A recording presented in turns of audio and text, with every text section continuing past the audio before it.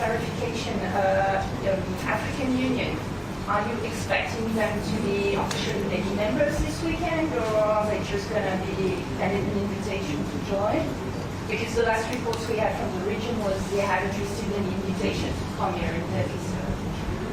Okay.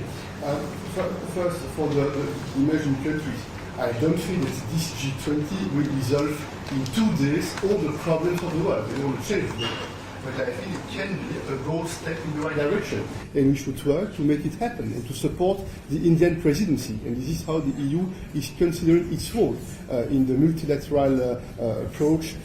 Point one, a concrete example. For many years, I participated in multilateral meetings.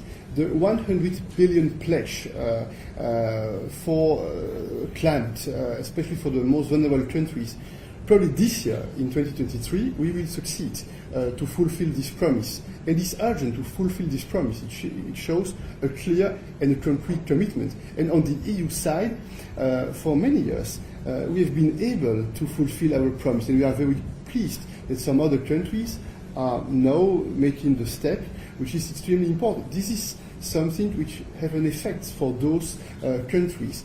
And I think in preparation of this COP that will take place in Dubai, that the conversation will have in the plenary sessions, but also in the different bilateral meetings in the margins of the G20, will be helpful to understand better what we can do.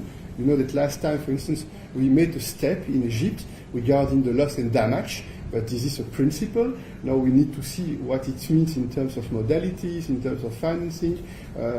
Each meeting should be used as a step to converge, as a step to bring more fairness at the international level.